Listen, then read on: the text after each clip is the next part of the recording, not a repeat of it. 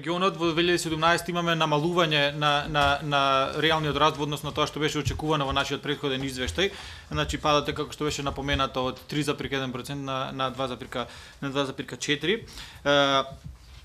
Главни двигатели на ова намалување се Македонија, како што веќе беше напоменато, меѓутоа и Србија како најголема економија во регионот, каде што поради да речеме долгата и ладна зима, активностите во земјоделието и во енергетскиот сектор беа со значителен негативен ефект. Во однос на Македонија во 2017 забележуваме има фонија. Во 2017 забележуваме значителен пад на преработвачката индустрија и градежништвото како два главни двигатели на економијата во минатите години. Ова посебно се однесува на првите 3 квартали, каде што е евидентен падот во двата сектори. Со тоа што во четвртиот квартал се забележува постепено мало закрепнување во преработвачката индустрија, што е секако позитивен тренд. И тука би напоменал дека овој тренд го гледаме и во првите месеци од 2018 година, што не упатува на можност за позабрзан раст во 2018 година, како што веќе напомена и господин Мантованели. Во однос на градежништвото, тука се уште сликата не е доволно јасна, со тоа што имаме се уште пад на активностите во градежништвото. Тие пред се движени од да речеме привремено пролонгирање на некои проекти во јавните инвестиции, кои што се резултат на заложбата на владата да се ревидираат овие проекти од аспект на квалитетот на истите, што би довело до значи идејата е да се има некој подобар менеджмент на тие јавни инвестиции, што секако би довело до позабрзан раст во иднина од аспект на поголем квалитет на истите.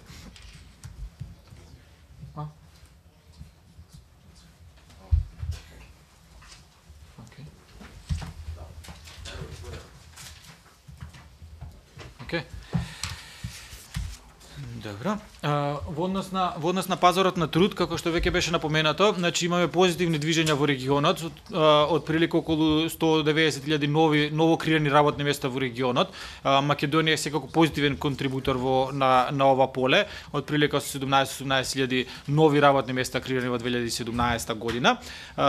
Тука би напоменал дека во првата половина од годината, значи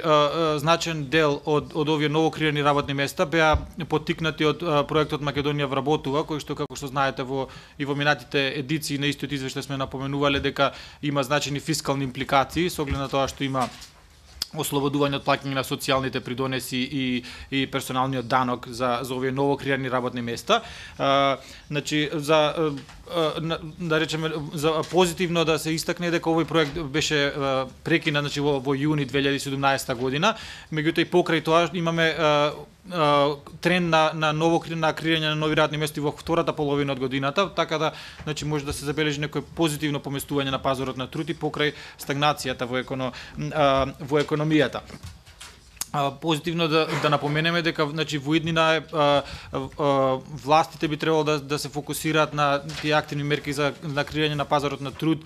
кои што не би имале толкави фискални импликации како што беше во минатото. Во однос на значи друг тренд кој што го забележуваме во регионот е дека имаме зголемување на трендот на имиграција практично во сите земји од регионот со различна динамика. Во некои од земјите како што може да забележите тоа се Босна, Албанија и Косово. Не е тука, меѓутоа е значи нивото на имиграција веќе достигнува скоро половина од популацијата која што е во земјата. Значи овие имиграциони трендови од една страна значи ги олеснуваат притоците на пазарот на труд во економии како што се земјите од Западен Балкан, каде што имаме сепак недоволно креирање на нови работни места. Меѓутоа од друга страна значи тие иселеници кои кога праќаат дознаки во земјите од каде што потекнуваат, придонесуваат до зголемување на расположливиот доход на луѓето значи на нивните роднини практично. Меѓутоа друг негативен ефект од ова имиграција е дека со овие дознаки практично се зголемува на резервацијска плата, како што се технички се нарекува, па имаме помал интерес на луѓето кои што ги примаат овие дознаки за активација на пазарот на труд, не? И во случајот на друго што треба да се истакне тука е дека значи се забележува тренд на доста висок тренд на овие доста висок број од овие имигранти се со високо образование, што секако е загрижувачки тренд за како за земјите од регионот, вклучително и Македонија, со оглед на тоа што ако овие земји се стремат за позабрзан раст во иднина, пожелно е и корисно да овие луѓе со високо квалификувана работна сила да бидат да има политики кои што би ги задржале овие луѓе во земјите. Во однос на надвршното окружување, билансот на плаќање практично, значи забележуваме дека извозот растеше побрзо од увозот во 2017 година, и со тоа имаме намалување на тој трговски дефицит, исто така и билансот на сметката на плаќање практично е намален во 2017 година во однос на претходните години, каде што сепак беше низок, така да овдека не забележуваме некои позначителни притисоци за економијата генерално, вклучително и притисоци врз курсот на еврото, со оглед на тоа што имаме де факто врзан курс на еврото, не? Во однос на странски директни инвестиции забележуваме мало опаѓање во 2017 година, што сепак е очекувано со оглед на тоа што е година на политичка криза, па и капиталот, како што знаете многу добро, не е малку, има верзија во однос на тие несигурности. Меѓутоа сепак е релативно солидна бројката на странски директни инвестиции кои што дојда во Македонија во 2017 година, и тоа што би го истакнал дека нивното ниво практично обезбедува целосно финансирање на дефицитот на тековната сметка, што е позитивно пак за врзаниот курс кој што го имаме со еврото. Во однос на извозот на десниот график од ваша страна, позитивно да се стегне од 2017 што забележуваме и позитивен придонес од така наречените домашни извозници, не, покрај континуираниот позитивен придонес во извозот од странските директни инвестиции. Ова пред се должи на закрепнувањето на економиите во Европската унија како наш главен трговски партнер. Во однос на фискалниот дефицит, како што веќе напомена господин Антованели, значи во 2017 година практично имаме исто ниво на фискален дефицит како и во 2016 година. Значи веќе беше напоменато, значи имаме повисоко ниво на приходи во буџетот, меѓутоа од друга страна имаме и зголемени расходи, што доведува во тоа да речеме неутрално, немаме зголемување на фискалниот дефицит. Она што би го издвоил е дека значи ние поздравуваме заложбата на владата за фискална консолидација во наредните години, со оглед на фискалната стратегија која што беше објавена. Како што напоменав во минатото, значи пожелно е во ова фискална консолидација да биле попратена со мерки кои што ќе обезбедат долгорочно, значи зголемување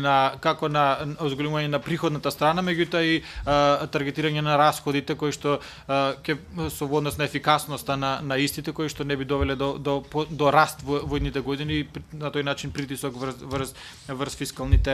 фискалната сметка, не? Во однос на јавниот долг, како што знаете, имаме намалување од 2017 година и тоа е прво намалување после 2008, ако не се лажам. Ова намалување главно се должи на практично стратегијата за управување со тој јавен долг, каде што во 2017 година се искористија акумулираните депозити на владината сметка за отплата на практично за сервисирање на тие